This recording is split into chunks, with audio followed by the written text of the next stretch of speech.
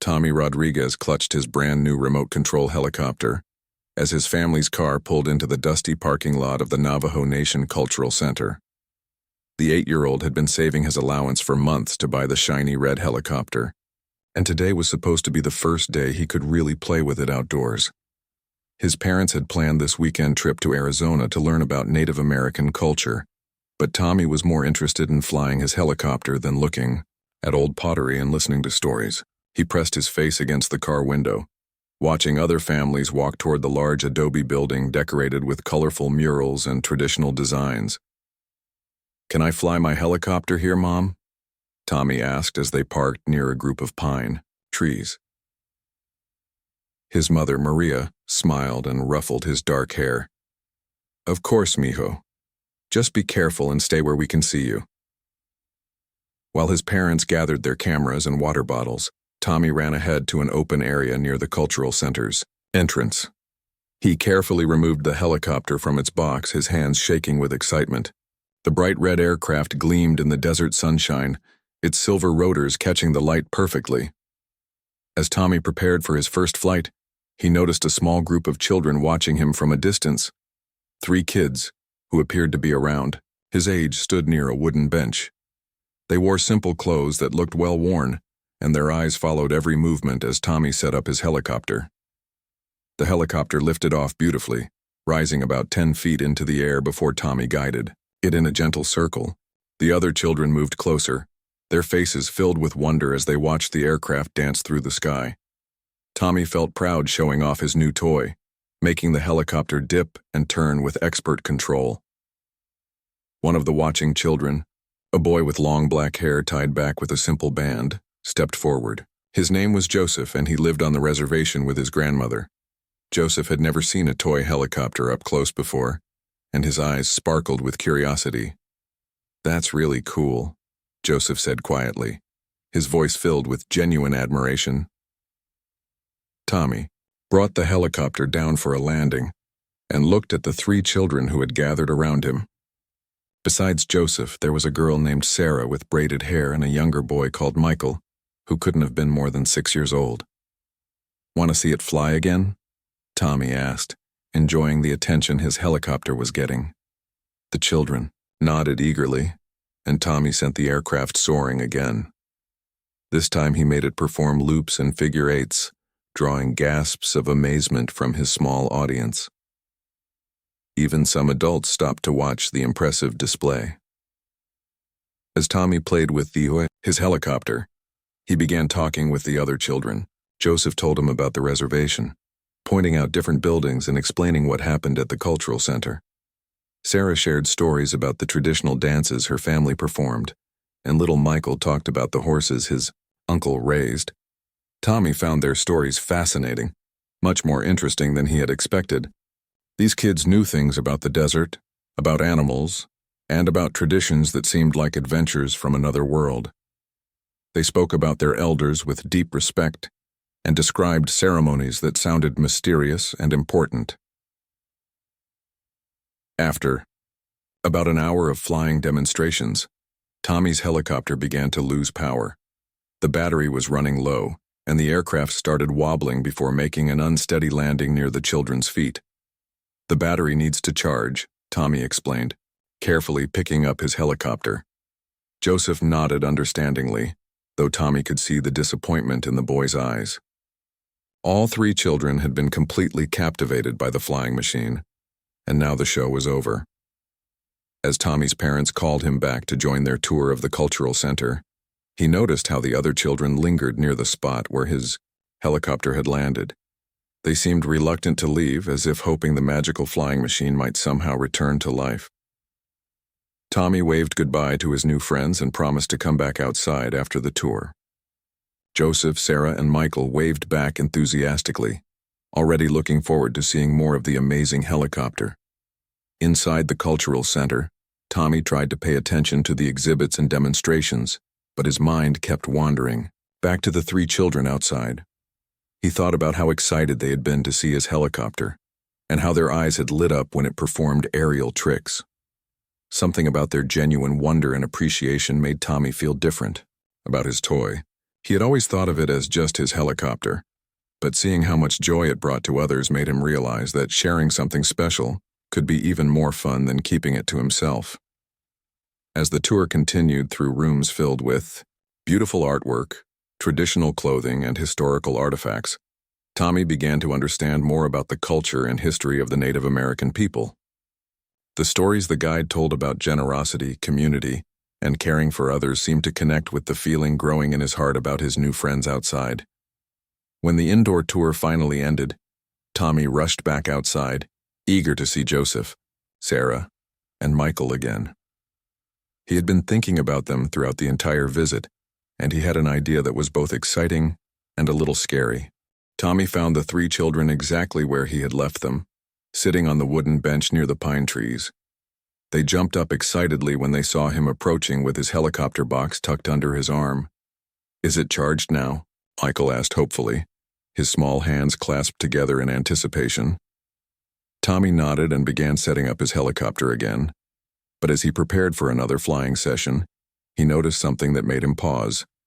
Joseph was holding a small, carved wooden bird in his hands, turning it over carefully as if it were made of precious metal. "What's that?" Tommy asked, pointing to the carving. Joseph's face lit up with pride. "I made it myself. My grandfather taught me how to carve. It took me 3 weeks to finish." Tommy examined the wooden bird more closely. It was beautifully crafted with intricate details carved into the wings and tiny lines that looked like real feathers. The wood had been polished until it gleamed, and the bird seemed almost alive in Joseph's hands. "That's amazing," Tommy said, genuinely impressed. "It looks like it could fly away." Sarah pulled out a small beaded bracelet from her pocket. The colorful beads formed a pattern that seemed to tell a story, with blues and reds and yellows arranged in perfect harmony. "My grandmother taught me to make this," she said proudly. "Each color has a meaning in our tradition." Even little Michael had something to show. From his backpack, he produced a smooth stone painted with symbols that Tommy didn't recognize, but found beautiful and mysterious. "My mom helped me paint this," Michael explained. "These symbols are from our ancient language." Tommy realized that, while these children had been admiring his store-bought helicopter, they each possessed something far more special. Their handmade treasures represented hours of learning, patience, and connection to their culture and family members. As Tommy flew his helicopter again, he watched his new friends' faces. Their excitement hadn't dimmed at all, but now he saw something else in their expressions. These children appreciated his helicopter not because it was expensive or fancy, but because he was sharing something important to him with them.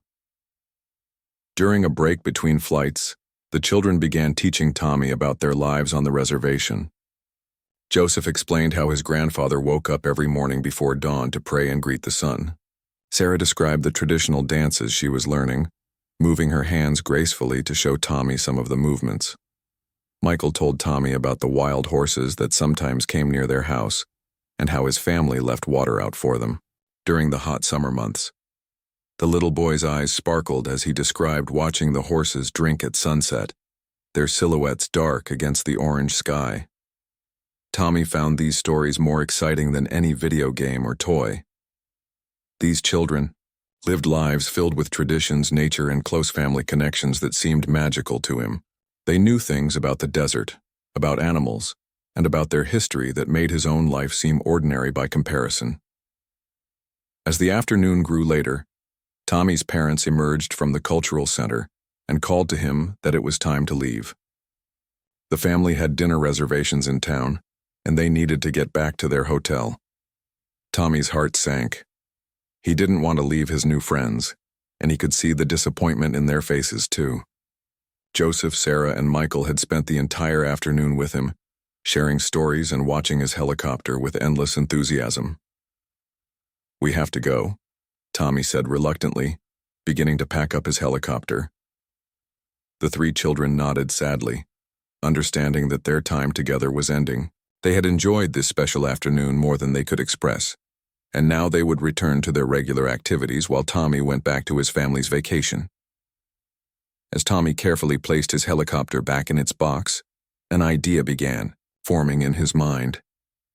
It was an idea that scared him a little because it meant giving up something very precious to him. But it was also an idea that felt right in a way he had never experienced before. Tommy thought about how much joy his helicopter had brought to Joseph, Sarah, and Michael. He thought about their beautiful handmade gifts and how generously they had shared their stories and culture with him. Most importantly, he thought about the genuine friendship they had offered him without expecting anything in return. His parents were waiting by the car now, and Tommy knew he had only a few moments to make his decision. The helicopter represented months of saving money, weeks of anticipation, and the joy of finally owning something he had wanted desperately. But as he looked at his 3 new friends, Tommy realized that some things were more important than keeping a toy for himself. The happiness he had seen in their faces, the stories they had shared, and the friendship they had given him felt more valuable than anything he could own. Tommy took a deep breath and made a decision that would surprise everyone, including himself. He reopened the helicopter box and lifted out the shiny red aircraft one more time. "Joseph," Tommy said, his voice slightly shaky but determined, "I want you to have this." The 3 children stared at Tommy in shock, unable to believe what they had just heard. Joseph's mouth fell open, and Sarah grabbed Michael's hand in amazement. "But it's yours," Joseph protested, though his eyes never left the helicopter. "You saved your money for it." Tommy smiled and placed the helicopter gently in Joseph's hands. "Friends share special things with each other, and you guys are my friends." Joseph held the helicopter as if it were made of glass, his hands trembling slightly as he tried to process what had just happened. Sarah and Michael crowded around him, all 3 children staring at the incredible gift that Tommy had just placed in their care. "Are you sure?"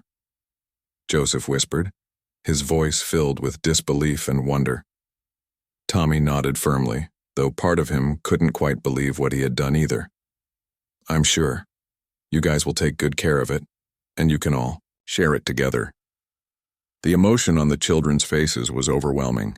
Joseph's eyes filled with tears that he tried to blink away, while Sarah covered her mouth with both hands in amazement. Little Michael bounced on his toes with excitement, unable to contain his joy. "Tommy, this is the most wonderful thing anyone has ever given us," Sarah said, her voice barely above a whisper. Tommy's parents had noticed the commotion and walked over to see what was happening. When Maria Rodriguez saw her son handing over his precious helicopter, her heart swelled with a mixture of pride and concern. "Tommy, are you sure about this?" his father, Carlos, asked gently.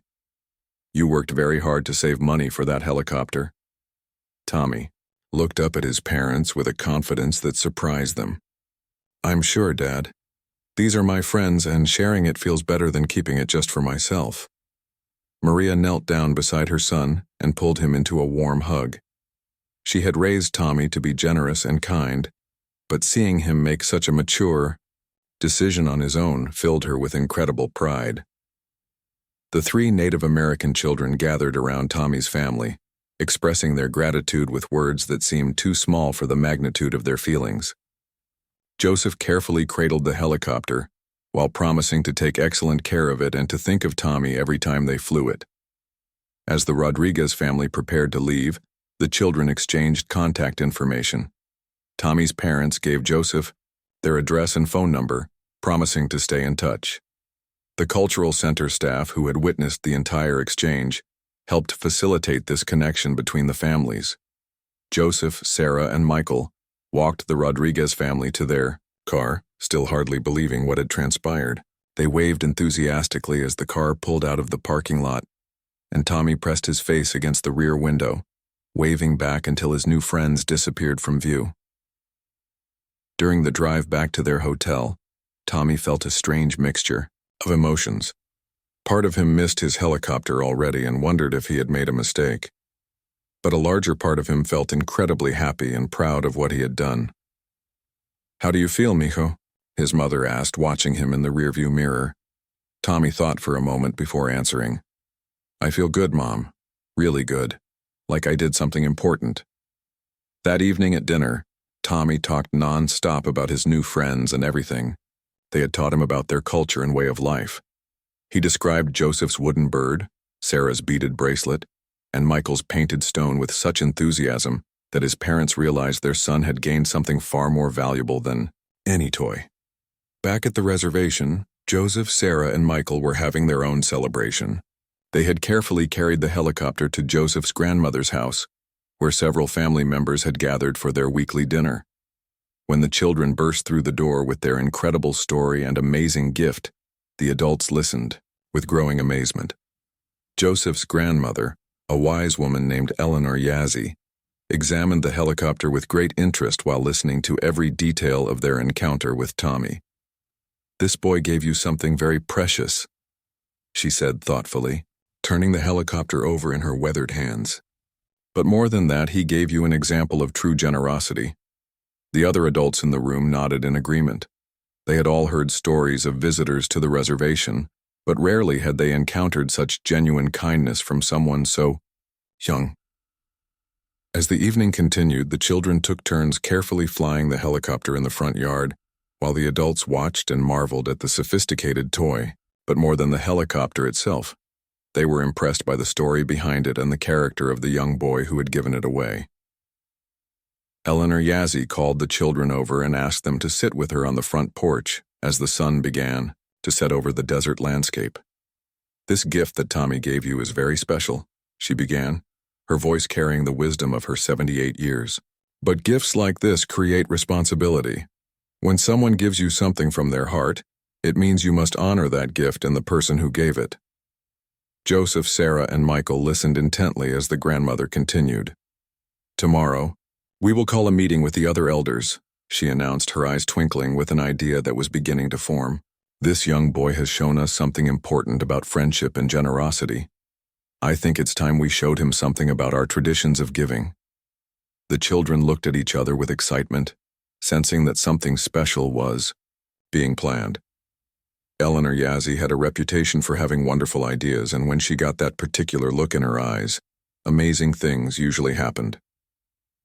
As the stars began to appear in the clear desert sky, the three children sat with Joseph's grandmother, carefully planning something that would surprise Tommy Rodriguez more than he could ever imagine. The helicopter sat safely on the porch table, gleaming in the moonlight, but it had already served a purpose far greater than entertainment. It had become the catalyst for a connection between cultures and the beginning of a friendship that would change everyone involved. The next morning arrived with the soft golden light that makes the Arizona desert look like a painting. Eleanor Yazzie woke before dawn, as was her custom, but today she had something special on her mind. She dressed carefully in her finest traditional clothing and began making phone calls to other respected elders throughout the reservation. Word spread quickly through the Navajo community about the young boy who had given away his precious helicopter to children he had just met. By mid-morning, several elders had gathered at Eleanor's house to discuss what had happened and what should be done about it.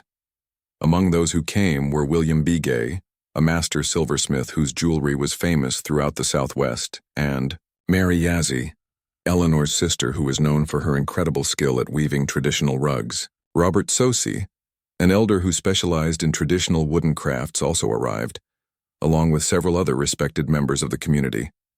As they sat in Eleanor's living room, drinking coffee and eating fry bread, they discussed Tommy's act of generosity. Each elder shared their thoughts about what the boy's gift meant and how it reflected values that were deeply important to their culture. "This child understands something that many adults never learn," said William Begay, adjusting his silver bolo tie. "True wealth comes from giving, not from keeping." Mary Yazzie nodded in agreement while working on a small piece of beadwork. "His heart is good. When someone gives like this, especially someone so young, it should be recognized and honored." The elders talked for over an hour, sharing stories of generosity from their own lives and from their ancestors. They spoke of the traditional ways their people had always honored those who gave freely and helped others without expecting anything in return. Finally, Eleanor Yazzie stood up and addressed the group with the authority that came from her position as one of the most respected grandmothers in the community. "We must do something special for this boy," she announced.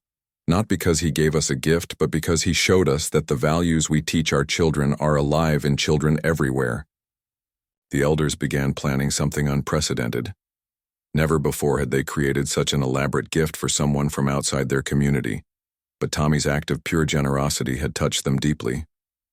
William Begay volunteered to create a special piece of silver jewelry, something that would be unique and meaningful. Mary Yazzie offered to weave a small rug using traditional patterns that told the story of friendship and generosity. Robert Sosi promised to carve a special wooden piece that would represent the connection between Tommy and their community. But the elders had an even bigger surprise in mind. Eleanor Yazzie suggested something that made everyone in the room smile with excitement. "We should invite this boy and his family back to the reservation," she said. "Not just as visitors, but as honored guests. We will prepare a special ceremony to thank him and to show him the traditional ways we honor generosity." The idea energized everyone in the room. They began planning a celebration that would include traditional dancing, storytelling, a feast, and the presentation of handmade gifts created specifically for Tommy. Meanwhile, 300 miles away in Phoenix, Tommy was having a very different kind of morning. He and his parents had visited several tourist attractions, but Tommy found himself thinking constantly about Joseph, Sarah, and Michael. He wondered if they were flying his helicopter and whether they were taking good care of it. His parents noticed that Tommy seemed distracted and a little sad, despite their efforts to keep him entertained with exciting activities. "Are you thinking about your helicopter, mijo?" his mother asked as they sat in a restaurant having lunch. Tommy nodded, slowly. "I keep wondering if Joseph knows how to charge the battery properly, and if they're having fun with it." Carlos Rodriguez reached across the table and took his son's hand. "You did something very special yesterday, Tommy. It's natural to think about your gift and wonder how it's being used. But I also feel happy when I think about them," Tommy added. "Like, really happy. Happier than I felt just flying it by myself." Maria smiled at her son's words, recognizing the wisdom in what he was saying. Tommy was learning one of life's most important lessons, that giving to others often brings more joy than receiving. That afternoon, as the Rodriguez family prepared to drive home to California, Tommy's phone rang. His parents had given him his first cell phone for the trip, and he was still excited about receiving calls on his very own device. "Hello?" Tommy answered, not recognizing the number on the screen. "Tommy? This is Eleanor Yazzie, Joseph's grandmother. Is this a good time to talk?" Tommy's face immediately brightened, and he gestured excitedly to his parents that it was someone from the reservation calling. "Hi, yes, it's a good time. Is Joseph okay? Is the helicopter still working?" Eleanor laughed warmly at Tommy's concern. "Joseph is wonderful, and the helicopter is working perfectly. In fact, that's why I'm calling. The elders of our community have heard about your generous gift, and we would like to invite you and your family back to our reservation next weekend." Tommy's eyes widened with excitement. "Really? You want us to come back?" "We want to do more than that, Tommy. We want to honor you in the traditional way that our people honor those who show true generosity. We are planning a special ceremony, just for you." Tommy could hardly contain his excitement as Eleanor explained the invitation. She told him about the feast they were planning, the traditional dances they would perform, and the special gifts that were being created just for him. When Tommy shared the news with his parents, they were amazed and deeply moved. Maria wiped away tears as she realized that her son's simple act of kindness had touched an entire community. The family immediately accepted the invitation and began planning their return trip to Arizona. But none of them, not even Tommy, could imagine just how special and meaningful the ceremony being planned for him would turn out to be. The week that followed was filled with intense preparation on both sides. At the reservation, the entire community had become involved in creating something extraordinary for Tommy's return. What had started as a simple gesture of gratitude had grown into a full-scale celebration of generosity and friendship. William Begay worked tirelessly in his jewelry workshop, crafting a silver pendant that depicted a helicopter surrounded by traditional Navajo symbols. The piece was intricate and beautiful, with tiny details that represented both Tommy's gift and the connection he had forged with their community. Mary Yazzie spent countless hours at her loom, weaving a small rug that told the story of Tommy's visit through traditional patterns and colors. The rug incorporated symbols for friendship, generosity, and the meeting of different peoples, creating a visual narrative that honored Tommy's actions. Robert Sosi carved a beautiful wooden eagle from a piece of juniper wood that had been blessed in traditional ceremonies. The eagle's wings were spread wide, symbolizing the soaring spirit of generosity that Tommy had displayed. But the most significant preparation was being done by the community's dancers and storytellers. Eleanor Yazzie had asked them to create a special performance that would welcome Tommy back and celebrate his generous spirit. The dancers practiced new routines while the storytellers crafted tales that would help Tommy understand the deep meaning of his gift. Joseph, Sarah, and Michael were practically bouncing with excitement as they helped prepare for Tommy's return. They had taken excellent care of the helicopter, flying it every day and sharing it with other children in the community. But more than that, they had become ambassadors for Tommy, telling everyone about their new friend and his incredible act of kindness. Meanwhile, in California, Tommy was having trouble concentrating on anything other than his upcoming return to the reservation. His parents had explained that the ceremony being planned for him was a great honor, something that was rarely offered to outsiders. "What should I bring them?" Tommy asked his mother as they discussed the trip. "They're giving me all these special things. But what can I give them?" Maria thought carefully before answering. "Sometimes, mijo, the best gift you can give is your presence and your open heart. They want to honor you, not because they expect something in return, but because your generosity touched them." Tommy's father added, "But if you want to bring something, it should come from your heart just like your helicopter gift did." Tommy spent the rest of the week thinking about what he could offer his new friends. He considered buying more toys or gifts, but something told him that wasn't the right approach. These people had appreciated his helicopter not because it was expensive, but because he had given it freely and with genuine friendship. Finally, Tommy had an idea. He went to his mother and asked if she would help him with a special project. Together, they worked on something that would represent Tommy's own culture and family, just as Joseph's carved bird and Sarah's beaded bracelet had represented theirs.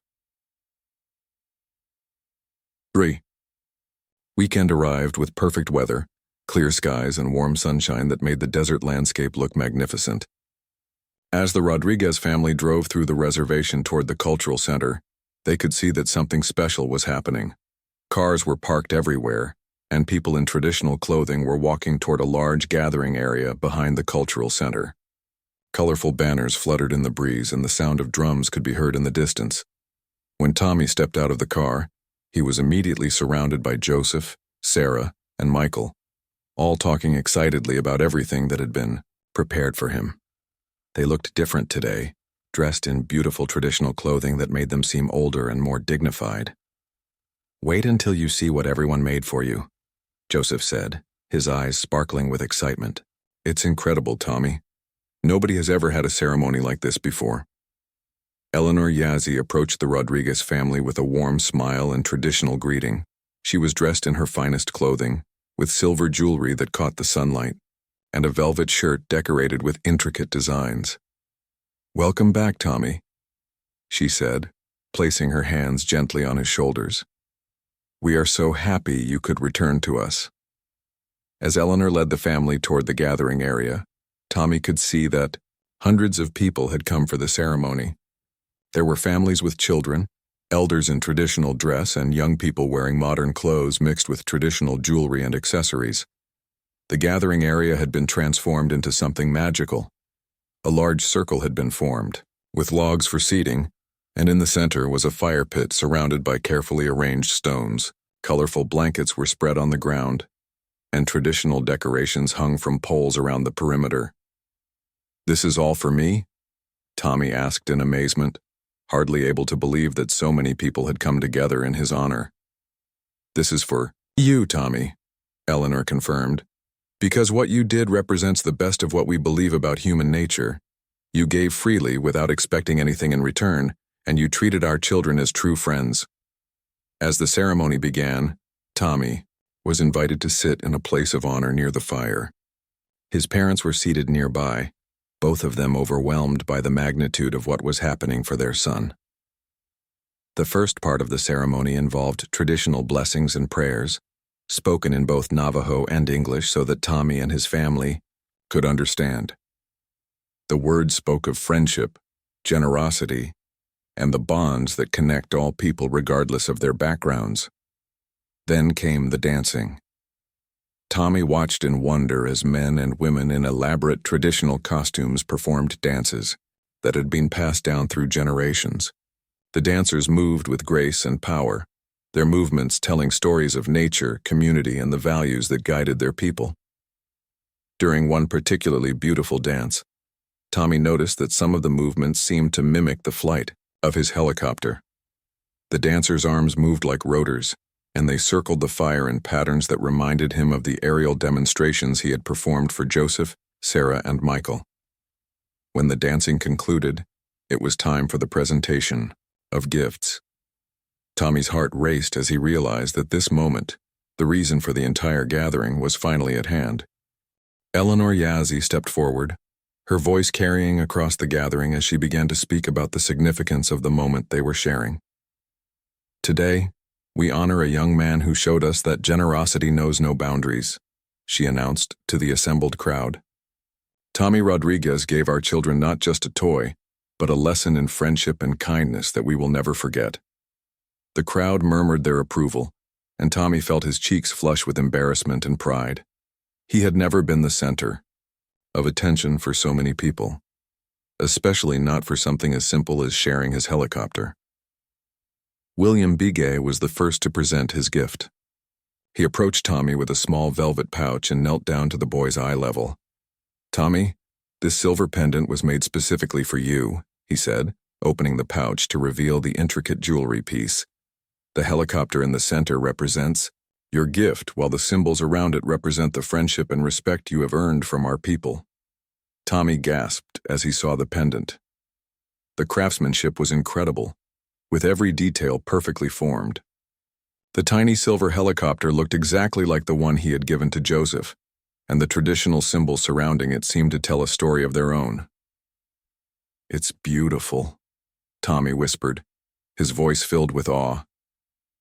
"Thank you so much." William carefully placed the pendant around Tommy's neck, and the crowd erupted in applause. Tommy touched the silver piece gently, hardly believing that someone had created something so special just for him. Next came Mary Yazzie with her small but stunning rug.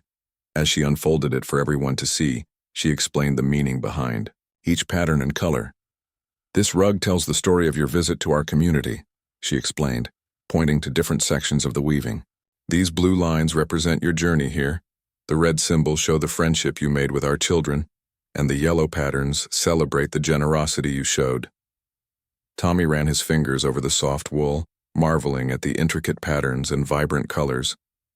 The rug was small enough for him to hang in his bedroom, but it represented hours of careful work and deep thought about his actions. Robert Sosi presented his carved eagle with words about the soaring spirit of generosity that Tommy had demonstrated. As Tommy held the smooth wooden bird, he thought about Joseph's carved bird and realized that now he had his own piece of traditional artwork to treasure. But the gifts weren't finished. Several other community members stepped forward with their own offerings: a painted pottery bowl, a small dream catcher made specifically for Tommy, and a book of traditional stories written in both Navajo and English so he could learn more about their culture. Each gift came with an explanation of its significance and a personal message from the Creator. Tommy was overwhelmed by the thoughtfulness and skill that had gone into every item. These weren't just gifts. They were pieces of art created specifically to honor his actions and welcome him into their community. When all the gifts had been presented, Eleanor Yazzie asked Tommy if he would like to say something to the gathering. Tommy stood up, holding his new pendant and looking out at the hundreds of faces watching him with warm smiles. "I don't really know what to say," Tommy began, his voice small but clear. "When I gave Joseph my helicopter, I just wanted to share it with my new friends. I never expected anything like this." He paused, looking at Joseph, Sarah, and Michael, who were beaming with pride for their friend. You've all given me so much more than I gave you, Tommy continued, his confidence growing. You've taught me about your culture, your traditions, and what it really means to be generous. The helicopter was just a toy, but what you've given me will last forever. The crowd erupted in applause, and several people wiped away tears at the sincerity of Tommy's words. Then Tommy reached into his backpack and pulled out his own gift, something he and his mother had worked on all week. It was a photo album filled with pictures of his family, his home, his school, and his life in California. But more than that, he had written captions for each photo in both English and Spanish, sharing his own culture and stories with his new friends. I wanted to give you something about my life too, Tommy explained as he handed the album to Eleanor Yazzie. So you can know about me the same way I've learned about you. Eleanor accepted the album with great ceremony, flipping through the pages as other community members gathered around to see.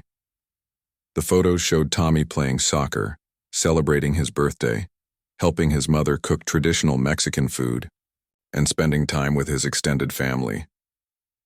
This is a perfect gift, Tommy, Eleanor said, her voice filled with emotion. Now we can see your world just as you've seen ours. As the formal ceremony concluded, the celebration transformed into a community feast. Long tables appeared as if by magic, loaded with traditional foods that Tommy had never tasted before. There was fry bread, mutton stew, corn pudding, and dozens of other dishes that represented the culinary traditions of the Navajo people. Tommy sat between Joseph and Eleanor Yazzie, trying new foods and listening to stories that seemed to transport him to another time and place. The adults treated him not like a child, but like an honored guest whose opinions and thoughts mattered. As evening approached and the celebration began to wind down, Tommy realized that his simple act of sharing had created something far more meaningful than he ever could have imagined. He had gained not just friends, but an entire community that welcomed him as family. Joseph, Sarah, and Michael walked Tommy and his family back to their car, all of them reluctant to say goodbye again. But this time was different. Tommy now had their phone numbers, email addresses, and a standing invitation to return anytime he wanted. We'll stay in touch every week, Joseph promised, carefully holding the helicopter that had started their friendship. And next time you come, we'll teach you how to carve wood and make traditional crafts. Sarah hugged Tommy tightly. You're not just our friend now, she said. You're part of our community. The elders said so during the ceremony. Little Michael, who had been quiet during most of the goodbyes, suddenly spoke up with the wisdom that sometimes comes from the youngest voices. Tommy, you gave us your helicopter, but you gave us something bigger too, he said, looking up at his new friend with serious eyes. You showed us that people from different places can be real friends. As the Rodriguez family drove away from the reservation for the second time, Tommy pressed his face against the rear window just as he had before, but this time, instead of sadness, he felt a deep connection to the place and people he was leaving behind. The gifts from the ceremony filled a special box in the back seat, but Tommy wore his silver pendant proudly around his neck. Every time he touched it, he would remember this incredible day and the lesson he had learned about the true meaning of generosity. How do you feel now, mijo? His mother asked, watching her son in the rearview mirror. Tommy thought carefully before answering, just as he had the week before. But this time, his response came from a deeper understanding of what had happened to him. I feel like I understand. Something important, Mom, he said slowly. When you give something away because you really care about someone, it doesn't make you poorer. It makes you richer in ways that are better than money or toys. His father smiled at his son's words, recognizing that Tommy had learned one of life's most valuable lessons through his own experience, rather than from being told by adults. In the months that followed, Tommy and his new friends maintained their connection through regular phone calls, video chats, and letters. Tommy learned more about Navajo culture and traditions, while Joseph, Sarah, and Michael learned about life in California and Mexican-American traditions from Tommy's family. The helicopter continued to bring joy to children on the reservation, but it had become something more than a toy. It had become a symbol of friendship and generosity that parents pointed to when teaching their children about the importance of sharing and kindness. Tommy's story spread beyond the reservation as, well, His school invited him to share his experience during a presentation about different cultures, and local newspapers wrote articles about the young boy whose simple act of kindness had bridged two communities. But for Tommy, the most important part of his experience wasn't the recognition or the beautiful gifts he had received. It was the understanding that true happiness comes not from what you own, but from the connections you make and the kindness you show to others. Years later, as Tommy grew older, he would return to the reservation many times. He learned traditional crafts from the elders, participated in ceremonies, and developed lifelong friendships that enriched his understanding of the world. The silver pendant never left his neck, and the story of the little boy who shared his toy became a legend that was told to children on the reservation for generations to come. It became a story about the power of generosity, the importance of friendship, and the beautiful things that can happen when people from different backgrounds choose to see each other as family. Tommy's helicopter had been just a toy, but his decision to share it had created something far more valuable. A bridge between communities, a lesson in true generosity, and proof that the smallest acts of kindness can create the most extraordinary results.